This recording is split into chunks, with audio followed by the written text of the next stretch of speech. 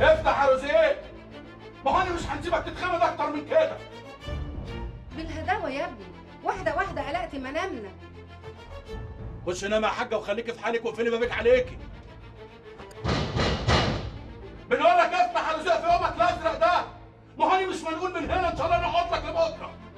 انا لو اعرف بس يا ابني انت عايزه في ايه انا هبلغه لما يصحى. متشكرين يا ستي. انا فاكراك مش انت اللي كنت بتيجي تزورهم ومعاك هدايا؟ ياما قلنا لك خش نامي واقفلي شراحتك عليكي. انا عفاريت الدنيا بتتنطط قدامي دلوقتي. ماشي يا روزيه، انا هنستنوك قدام البيت، ان شاء الله نقعد بكره. هتروح مني فين؟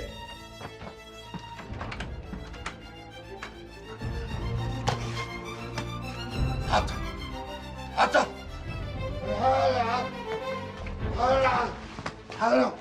أنا حبيبك، أنا حبيبك، أنا حبيبك. حبيبي يا ناقص يا زبالة يا وسخ. ودي الأسعاف عطر. أنا مش هسيبك، أنا هطلع روحك، بس الأول لازم تقول لي ليه يا رزيق عملت فيا كده؟ ليه خلتني ضحكة في وش الخلق؟ ليه يا رزيق مسخرتني؟ ليه شعللت النار جوايا؟ ليه؟ أنا بتخنق يا عطر، بتخنق يا عطر، حرام عليك. ليه كنت عايز تقتلني يا رزيق؟ ليه؟ ما تخليش حد وقع بيني وبينك يا عطر، حبيبك. حبيبك بعد ما اتكشفت قدام العالم كلها؟ لا، ده انا هكشفك اكتر واكتر، حوالي العالم دي كلها انك نتن وزباله وما تسواش. انا بس بروح. فين تمن البضاعه يا رزيق؟ فين ال 30 باكو؟ البضاعة مرزوق يا اخوان. انا ما اعرفش انا مرزوق ولا غيره، انا ما اعرفش غيرك انت، وحقي انا هاخده منك انت، بس قبل ما اخد حقي هاخد روحك، هجرجرك في شوارع اسكندريه كلها، هاخدك على سوق البياصه واوري الناس كلها انك كلب اجرب ونتن. فين تمن البضاعه يا رزيق؟ فين تمن البضاعه يا رزيق؟ فين؟ انت فين؟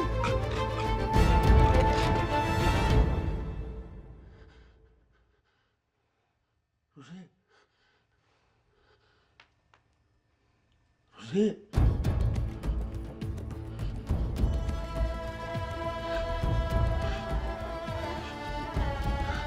رزيق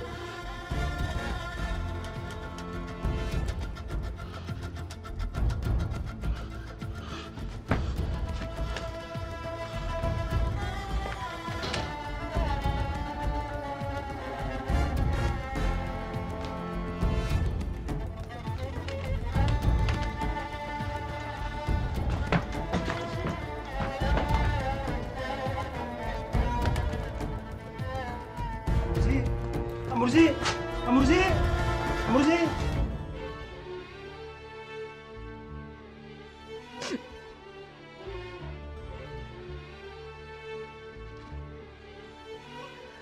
أنا مش مصدقة اللي سمعها منك دي.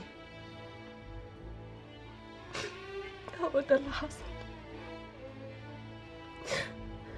ربنا بعت أمي في الوقت المناسب، وإلا كانت حياتي كلها انتهت. لو كان نفذ اللي في دماغه كنت أنا اللي قتلته بعد ما فوق، وبعديها هرمي نفسي في البحر. كابوس يا خالتي، اللي حصل ده كابوس. دي مصيبة يا بنتي، مصيبة كبيرة. والله ما أنا عارفة أمك استحملتها كيف. الله يكون في عوننا. أنا مش طالبة منك غير إني نرتاح عندك النهاردة لحد ما أفكر هنروح فين. كده برضه يا شامة، ده بيتك يا بنتي ومطرحك، تقعدي فيه زي ما انت عايزة. الحمد لله يا شام إن ربنا سترها معاك يا بنت. عارفة سترها ليه؟ عشان عارف قد ايه انت طيبة وقد ايه ولدي بيحبك وما يقدرش يعيش من غيرك. أنا خايفة يا خالتي. ما تخافيش يا ضناي، ما تخافيش يا بنتي، انت بخير وزي الفل والحمد لله سليمة. أمك كمان كانت بتدافع عنك، يعني ما فيش عليها ذنب.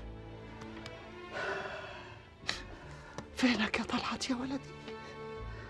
فينك يا ضناي؟ كان شال عنك الهم التقيل ده.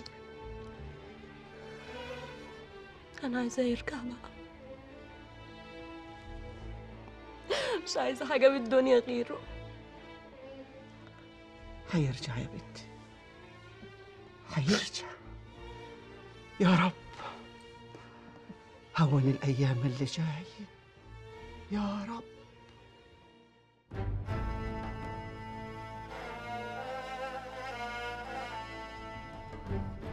لازم أبعد، لازم أقتل الإحساس ده جوايا، حتى لو كنت متأكدة إنه إحساس نظيف وطاهر. مش لازم يبقى له أثر علشانه هو. مش عارفة ليه حاسة إنه في خطر.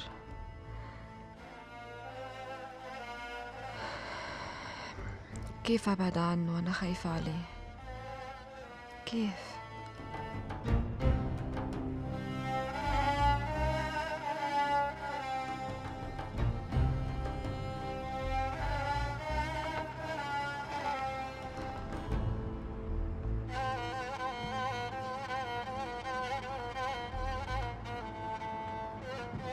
اللي بتفكر فيه ده لازم تنساه. متحلمش حلم مش هيتحقق. أحسن حل إنك تنعس ولا غصب عنك.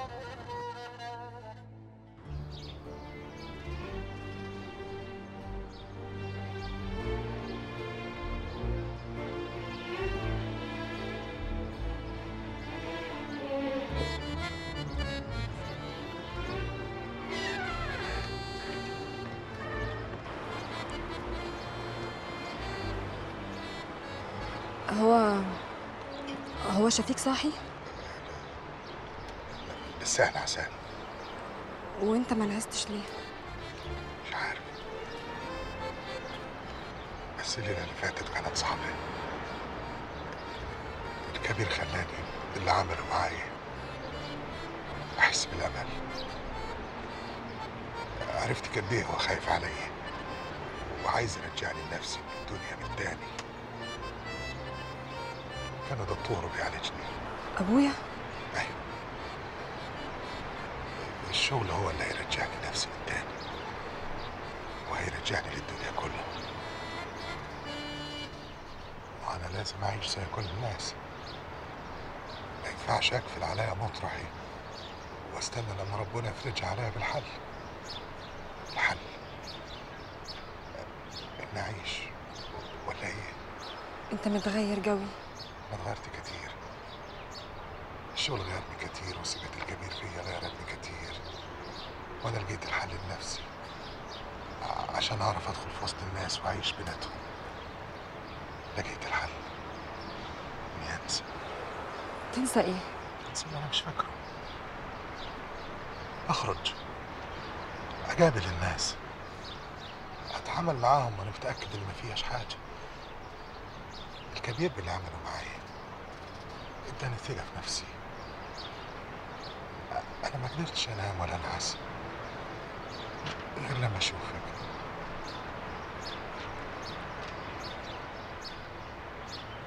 أحتاج أحكي لك. انت قلت لك كفايه يا جناوي. من ساعة اللي حصل مع بدر وانا عمال اقلب الحكايه في راسي. انا ما عنديش شك في طلعت، انا عندي قلق عليه. في حاجه غريبه خلته ما ينفذش ولا خطوه من اللي اتفقنا عليه. طب وافرض انه فكر تاني ورجع في اتفاقه معاك؟ يرجع في اتفاقه كيف؟ لأي سبب. الدنيا علمتنا ان مفيش حد مضمون 100%. الا طلعت. ولو طلعت رجع في اتفاقه معاي هيعمل حاجه واحده بس، هيقتل جعفر قبل الميعاد المحدد، وده مش هيتم الا اذا كان في خطر شديد قوي. يعني هيقتله يا يضيع هو. عمليه انتحاريه يعني. امال ليه بيعمل كده؟ ده ولا حتى اتصال واحد لحد دلوقتي، ولا معلومه، ولا مقاله بعتها. اصبر يا جناوي، خلينا نتصرف بالهداوه. احنا بننفذ عمليه كبيره قوي ما عاوزاش انفعال. في حاجه خلته ما يقعدش في الفندق مع ان مهمل حاجته هناك، وحاجز الغرفه كيف ما اتفقنا. ما هو لو كان اختفى ومالوش اثر كنا قلنا انه مات ولا جرت له حاجه، انما ده موجود وبيتحرك. عموما اللي انا عملته اكيد هيجيب نتيجه حتى لو ما اتصلش خالص. مداخل البلد كلها متراكبة. عربية شفيق لسه ما طلعتش من ساعة الحكاية دي. أول ما تطلع هنعرفه. يمكن شفيق رايح يقابل طلعت أو يكون معاه. بعدها نتصرفوا بالطريقة اللي رتبناها.